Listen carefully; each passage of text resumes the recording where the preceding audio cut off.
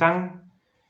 Una vez más que podemos estudiar la palabra del Señor, una vez más que podemos aprender un poco más acerca de Él. Y hoy nos toca ver la última clase que tenemos sobre hermenéutica. Me gustaría hacer un resumen o poder dejar bien en claro, darle un poquito más de valor, de importancia a esto que es estudiar la Biblia de manera cada vez más profunda, con herramientas, con material, con clases incluso que a veces fueron demasiado técnicas, pero que tienen un fin y un porqué fundamental. A lo largo de estos estudios hemos podido profundizar en muchos conceptos bíblicos respecto a Dios y su palabra.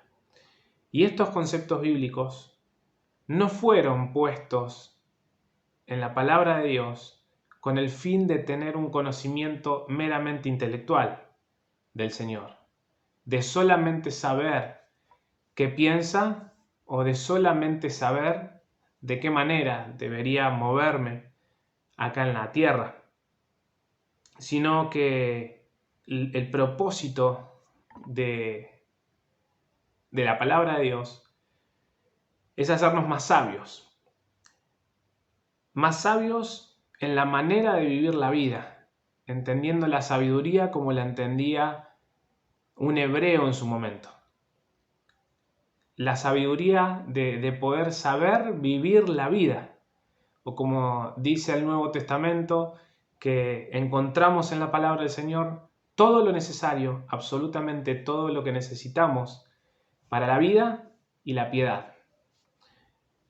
Sabiendo qué decisiones tomar, teniendo en cuenta qué piensa el Señor, qué piensa Dios,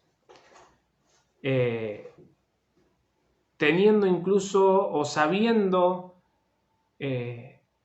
mejor dicho, teniendo una interpretación de las cosas que nos suceden en la vida, las aflicciones, incluso lo bueno de las cosas que nos pasan en la vida, con una mirada bíblica, con una perspectiva bíblica. Porque debido a la manera en la que yo interprete las cosas, va a ser mi reacción a lo que me suceda. Como les decía, viendo las cosas que nos pasan con una perspectiva bíblica, incluso permitiéndonos darle el valor correcto a cada cosa, a lo espiritual, a lo terrenal, a lo que palpamos, incluso a lo eterno, darle el valor correcto a cada cosa. Eso nos va a permitir organizarnos, dar prioridades correctas a cada cosa. Entonces vemos que esta sabiduría, estos principios, estas enseñanzas bíblicas que encontramos en la palabra del Señor nos sirven para todo esto. Pero por sobre esta premisa, lo más importante es que por medio de la palabra del Señor hemos podido conocer más a Dios. Muy por encima de esta premisa de hacernos sabios, de saber vivir la vida, hemos podido conocer más a Dios. Dice Juan 20, 30 y 31, dando incluso la razón, el propósito principal de el por qué escribe el Evangelio Juan. Él dice, hizo además Jesús muchas otras señales en presencia de sus discípulos, las cuales no están escritas en este libro. Pero estas, las cosas que se han escrito, estas se han escrito para que creáis que Jesús es el Cristo, el Hijo de Dios, y para que creyendo tengáis vida en su nombre. Dice Juan 17:3, y esta es la vida eterna, que te conozcan a ti, al único Dios verdadero, y a Jesucristo, a quien has enviado. Juan dice que las cosas que escribió tienen como fin creer en Jesucristo, creer que Cristo es el Hijo de Dios. para que en su nombre tengamos vida eterna. Y leíamos recién en Juan 17:3, ¿qué es vida eterna? ¿Qué es vida eterna? Es que te conozcan a ti, dice Jesús, al único Dios verdadero, y a Jesucristo, a quien tú has enviado. En esto radica el por qué hoy seguimos teniendo lo que llamamos palabra de Dios, la revelación especial de Dios. Una revelación de Dios que se originó en Él y que decidió voluntariamente darse a conocer. Dios, el ser único, eterno, soberano, Él decide voluntariamente darse a conocer al ser creado, a nosotros. De otra manera nos sería imposible conocer por nuestros propios medios a Dios. Nos sería absolutamente imposible. Dice Deuteronomio 29:29, las cosas secretas pertenecen a Jehová nuestro Dios, mas las reveladas son para nosotros y para nuestros hijos para siempre, para que cumplamos todas las palabras de esta ley. Si nos ponemos a pensar lo que veíamos incluso en las primeras clases acerca de la revelación natural de Dios, la revelación especial, con la revelación natural, que también forma parte de una manera en la que el Señor comenzó a darse a conocer,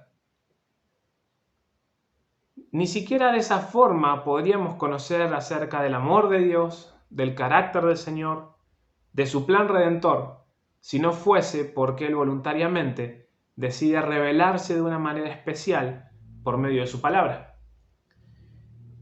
El hecho de que hayan cosas que siguen siendo secretas, nos siguen afirmando, nos siguen demostrando que somos incapaces de revelarlas o de conocerlas por medios propios. Y que solo contamos con lo que Dios quiso revelarnos, con lo que Dios quiso darnos a conocer acerca de su persona.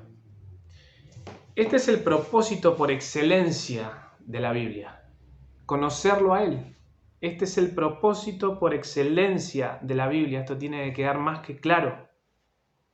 Incluso un propósito que aún va mucho más por encima que el hecho de ser sabios, de poder vivir la vida.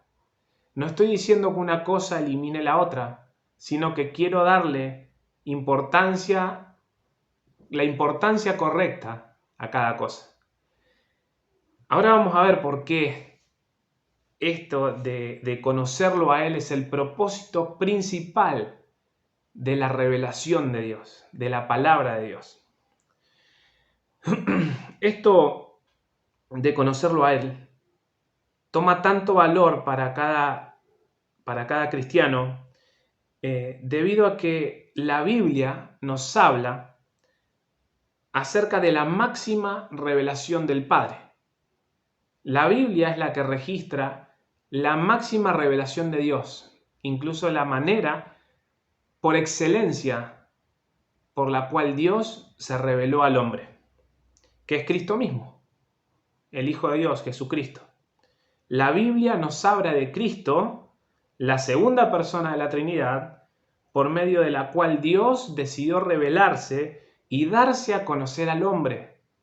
La Biblia nos habla de Cristo, quien fue el único que lo dio a revelar, lo dio a conocer de la mejor manera posible.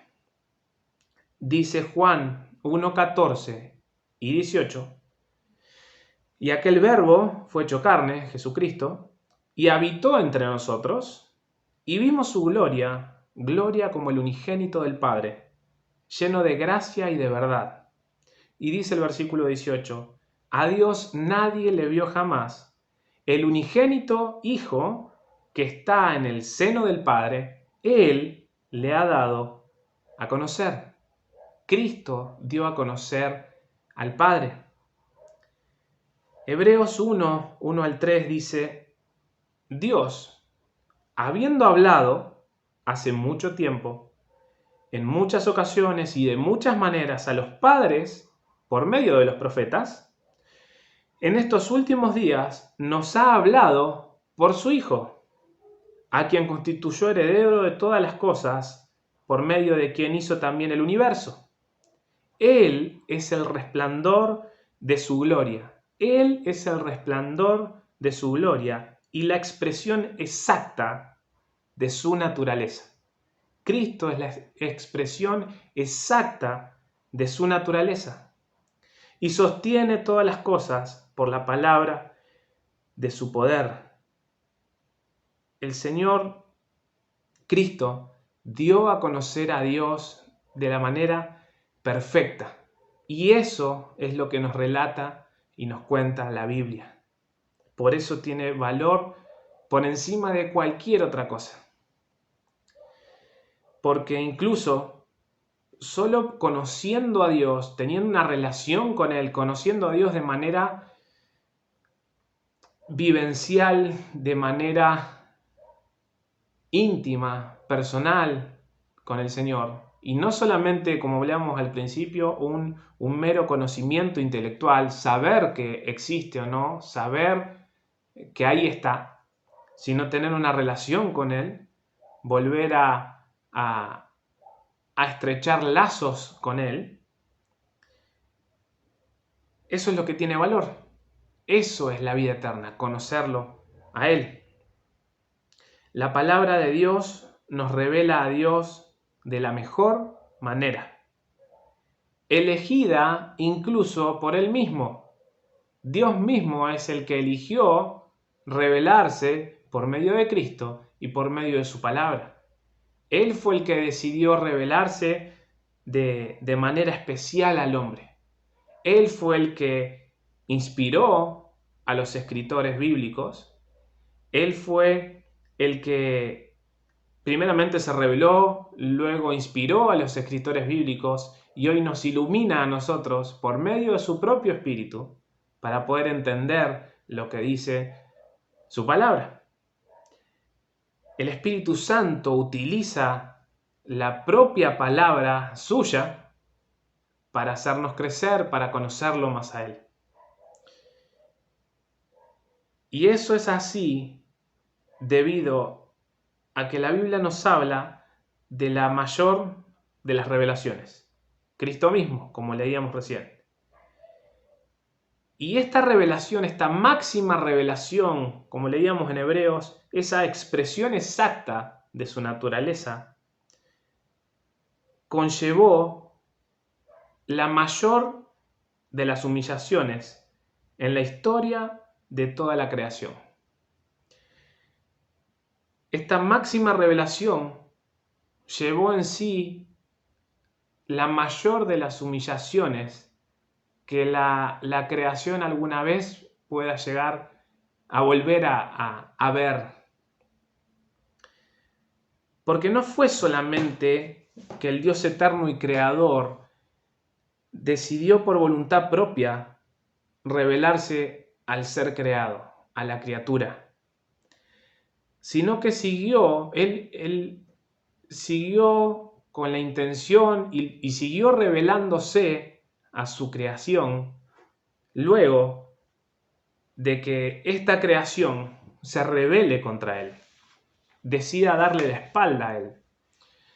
¿Por qué digo esto? Porque al pecar Adán y Eva, no fueron ellos los que murieron, sino que Dios mismo fue el que llevó adelante el primer sacrificio expiatorio que registra la Biblia y que sabemos que fue el primero en la historia de la creación. Génesis 3:21 dice: y Jehová Dios hizo al hombre y a la mujer túnicas de pieles y los vistió. El primer derramamiento de sangre por el pecado, en vez de ser Adán y Eva los culpables, Dios mismo llevó adelante el primer sacrificio, el primer derramamiento de sangre expiatorio, para no cargar la culpa o el castigo por la culpa sobre ellos. El primer acto de sustitución lo lleva adelante Dios mismo en el huerto del Edén. Y no solo eso, sino que Además, aunque la maldad crecía en gran manera, fue la gracia de Dios quien permitió que el hombre no dejara de existir. Dice Génesis 6, 5 al 8. Y vio Jehová que la maldad de los hombres era mucha en la tierra, y que todo designio de los pensamientos del corazón de ellos, todo designio de los pensamientos del corazón de ellos, era de continuo solamente el mal. Y se arrepintió Jehová de haber hecho al hombre en la tierra, le dolió en su corazón, le pesó en extremo lo que estaba viendo. Y le dolió en su corazón y dijo Jehová: raeré de sobre la faz de la tierra a los hombres que he creado, desde el hombre hasta la bestia, y hasta el reptil y las aves del cielo, pues me arrepiento de haberlos hecho. Pero Noé halló gracia ante los ojos de Jehová. Noé halló gracia ante los ojos de Jehová. Jehová tuvo gracia con Noé. Y aunque esta misma creación que de continuo pensaba en el mal, no hayan escarmentado con el justo juicio de Dios, el diluvio, se volvieron a rebelar contra Dios de una manera multitudinaria y organizada, haciendo la Torre de Babel, y fue una vez más que este Dios de gracia dijo a Abraham: vete de tu tierra y de tu parentela y de la casa de tu padre a la tierra que te mostraré, y haré de ti una nación grande, y te bendeciré y engrandeceré tu nombre, y serás bendición. Y bendeciré a los que te bendijeren, y a los que te maldijeren maldeciré, y serán benditas en ti todas las familias de la tierra. ¿Qué quiero decir con esto? Resumiendo, la Biblia nos cuenta de cómo Cristo estaba preparado desde antes de la fundación del mundo, como dice 1 Pedro 1:20, para restaurar la relación rota entre el hombre y Dios. Este es el mensaje que debemos retransmitir. Este mensaje que una vez nos alcanzó a nosotros es el que debemos contar. Este es el mensaje de la redención y este es el mensaje que cuenta la Biblia. La Biblia cuenta la historia de la redención. Y es debido a esto que necesitamos entender con total claridad esta historia que cambia eternidades. Esta historia que nos permite pasar de muerte a vida por lo que el Señor hizo por nosotros. Por eso es que le damos tanto valor o importancia a cada herramienta literaria, a la hermenéutica, que nos permiten comprender de manera correcta, de manera precisa, un mensaje tan poderoso, un mensaje tan bueno para nosotros, que no debemos torcer, ni cambiar, ni modificar. No solo debemos entenderla nosotros, sino que es primordial para luego poder retransmitir este mensaje y así cumplir de esa manera el mandato de nuestro Señor Jesucristo, el de hacer discípulos. Mateo 28, 18 al 20 dice: y Jesús se acercó y les habló diciendo: toda potestad me es dada en el cielo y en la tierra. Por tanto, id y haced discípulos a todas las naciones, bautizándolos en el nombre del Padre, del Hijo y del Espíritu Santo, enseñándoles que guarden todas las cosas que os he mandado, y he aquí yo estoy con vosotros todos los días hasta el fin del mundo. Amén. Nos muestran estos versículos que el hacer discípulos consta en parte de enseñar que guarden las cosas que Jesús mandó. El hacer discípulos en parte es enseñar. Y el punto es, ¿cómo podré enseñarlas si no las comprendo? ¿Cómo puedo retransmitir un mensaje si aún no sé lo que dice?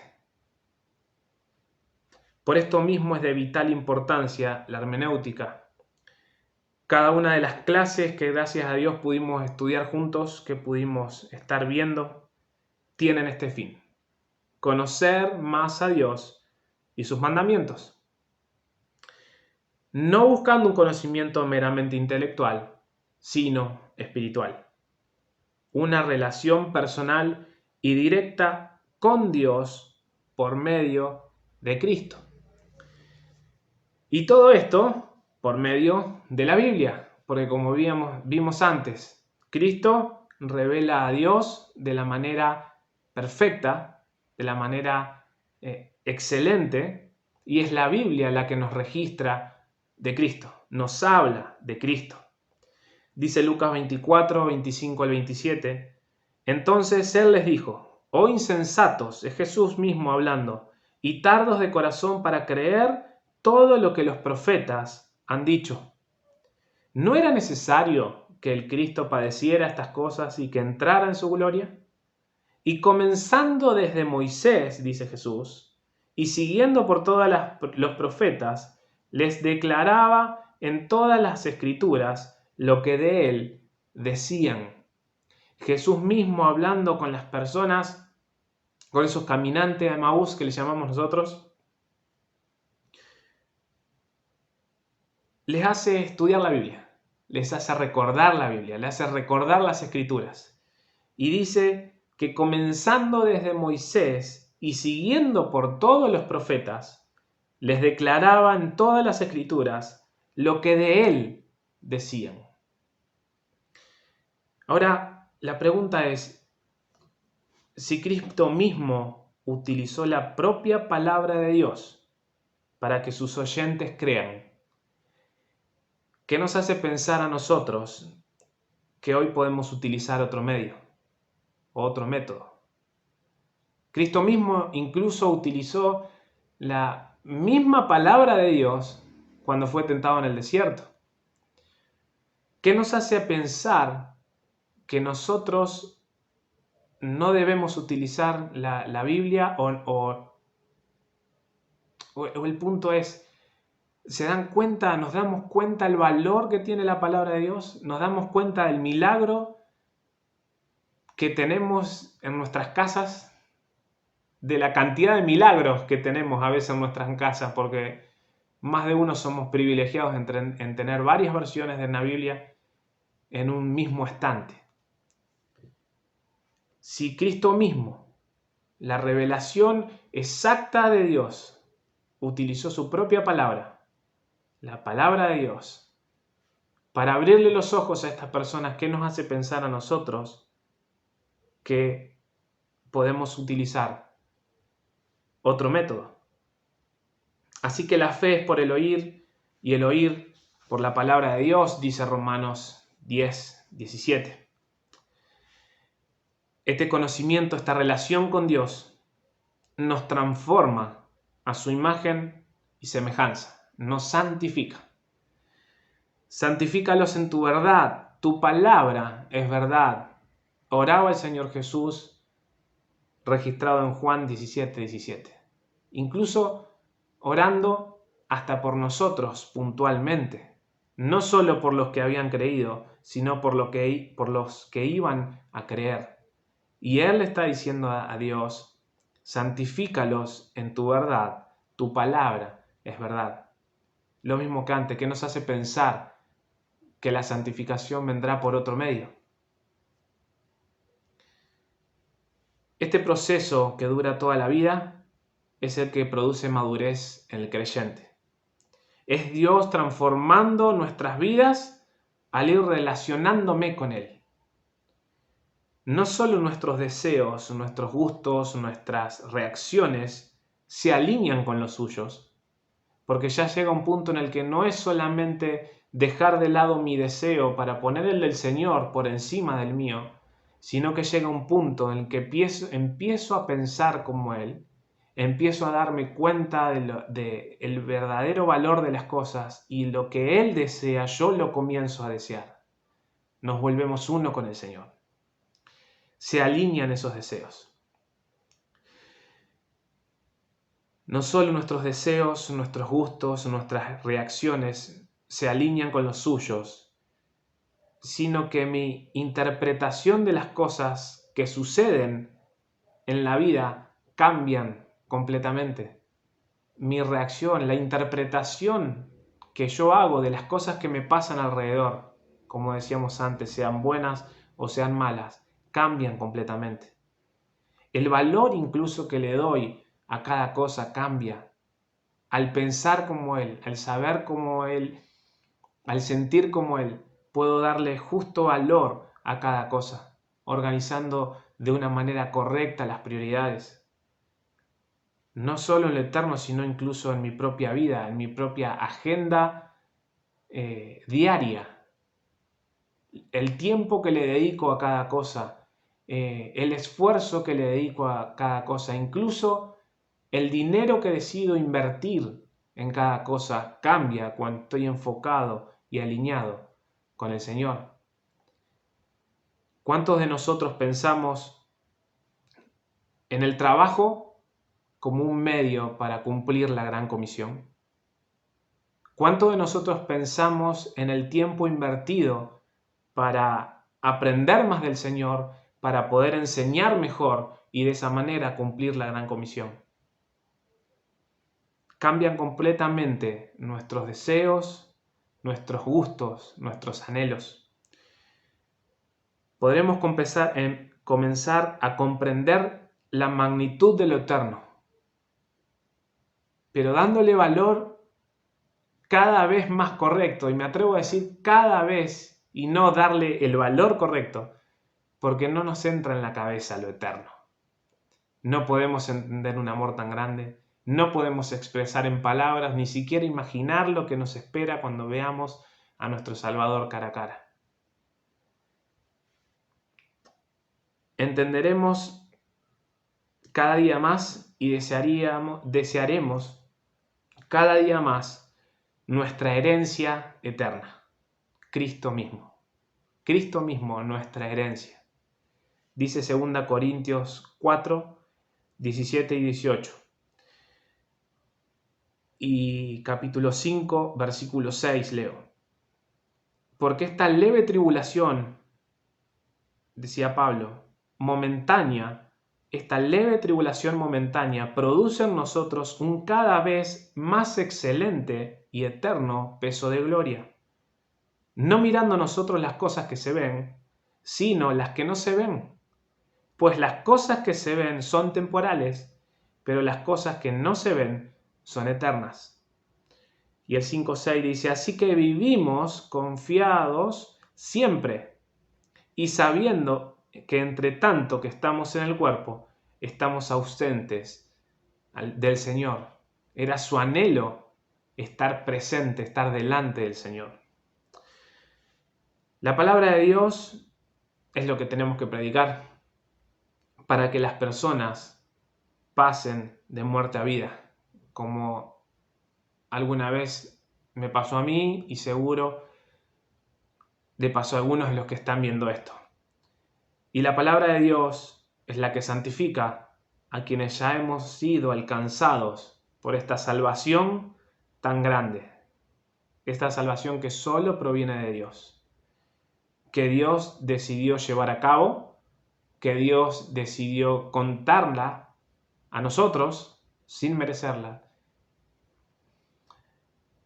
Cada género literario que estudiamos, cada figura literaria, cada herramienta que vimos, la importancia de cada palabra, la tremenda importancia de tener un estudio histórico gramatical de la Biblia, dándole tanta importancia al contexto, a qué dice el autor, cuál era el propósito, qué relación tiene con lo que viene antes, con lo que viene después, qué relación tiene dentro de todo este mensaje de la redención que encontramos de Génesis a Apocalipsis.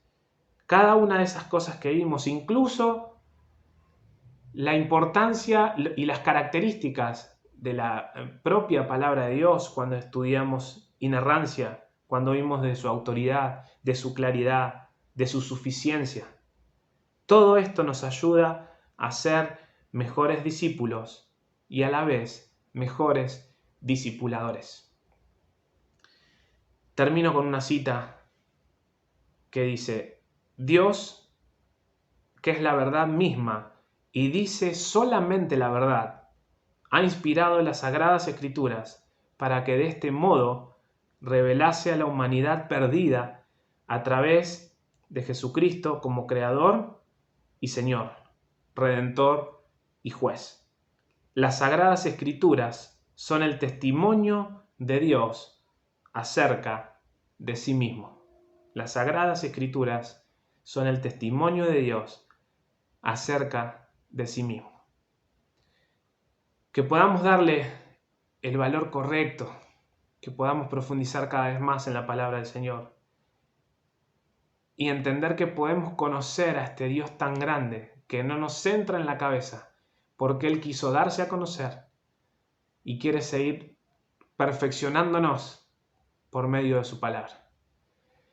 Padre nuestro que estás en el cielo, gracias por amarnos tanto, gracias por ser tan bueno con nosotros. Gracias por haberte dado a conocer, por permitirnos conocerte, Señor, por permitirnos entender un poco más acerca de vos, entender tu plan de salvación. Gracias, Señor, por siendo dueño, creador de todas las cosas. Nos amaste, Señor, porque a pesar de nuestra rebeldía, Señor, de nuestras infidelidades a vos, así y todo, Señor, cargaste en Cristo la culpa que nos correspondía a nosotros, Señor, y nos permitís conocerte, ponés al alcance de nuestra mano, Señor, esta salvación tan grande. Gracias, Señor, por hacernos aptos por medio de Cristo para poder tener nuevamente una relación con vos, Señor. Gracias por todo lo que nos das, por todo lo que hiciste, lo que haces y lo que vas a hacer por nosotros. En el nombre de Jesús, Señor, gracias. Amén.